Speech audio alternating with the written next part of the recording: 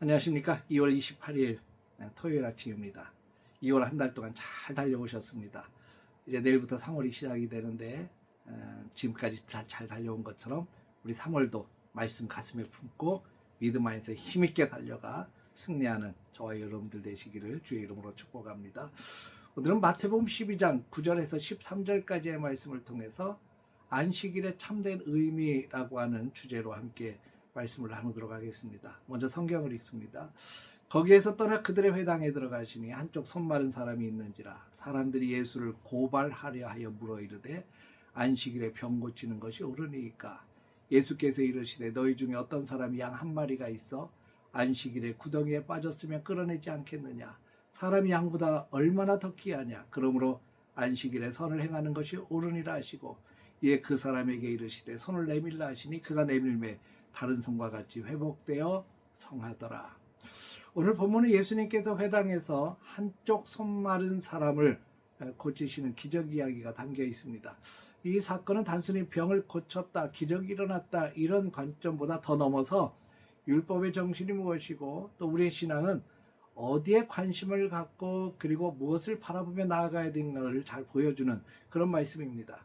여러분 어제 아침에 잠깐 말씀을 나눌 때 안식일에 대한 이야기를 나눴는데 이 안식일은 사람들에게 주신 하나님의 쉼과 회복의 선물이었습니다.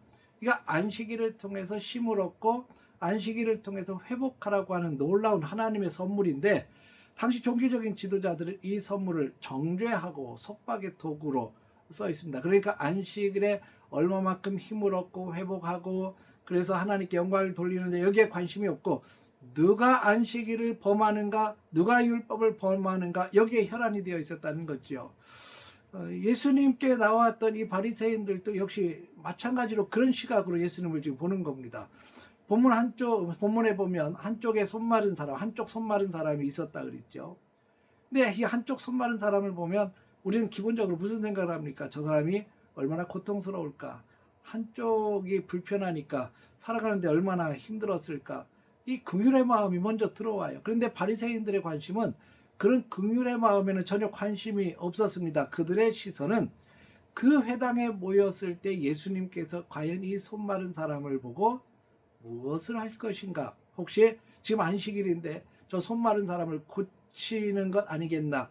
그래서 이 안식일을 범하는 예수님의 모습을 포착하려고 관심 갖고 예수님께 묻는 겁니다.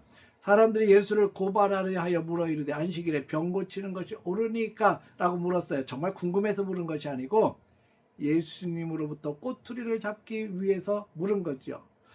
이 당시 바리새인들은 종교는 그들에게 있어서 종교는 사랑이나 또 하나님께 경배하는 이런 대상의 문제가 아니고 어떻게 보면 지켜야 될 규칙만 남아있는 틀만 남아있는 형식적인 종교에 불과했습니다.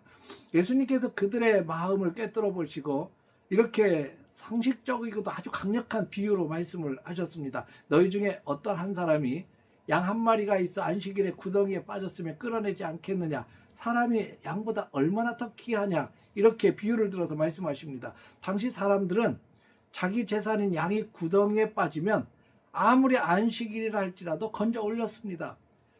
그들에게 있어서 뭐 안식일에 일하지 말라 뭐 몇 킬로 이상은 걸어가지 말아야 된다 몇 킬로 이상은 들지 말아야 된다 이라는 것은 굉장히 법적으로 금지하고 있고 비난을 했거든요. 근데 자기 양이 구덩이에 빠지면 그런 것과 상관없이 다 끌어올렸다는 겁니다. 하물며 천하보다 귀한 한 생명이 양보다 더 귀하지 않겠느냐 이런 말씀을 지금 하고 계시는 겁니다. 예수님의 논리는 명쾌합니다. 안식일에 선을 행하는 것이 옳으니라. 율법을 지키느라 선을 행할 기회를 놓치는 것은 본질적으로 율법을 어기는 것이라는 겁니다. 하나님의 법은 언제나 생명을 살리는 쪽으로 흘러가야 합니다. 마지막 13절에 예수님은 병자에게 말씀하십니다. 손을 내밀라. 상식적으로 생각해 보십시오. 이 손이 마른 사람 한참 세월 동안 손을 쓰지 못한 사람이에요. 이 불가능한 요구처럼 보입니다. 근데 그 사람이 말씀에 의지해서 손을 내밀었을 때 놀라운 역사가 일어났습니다. 그가 내밀매 다른 손과 같이 회복되어 성하더라.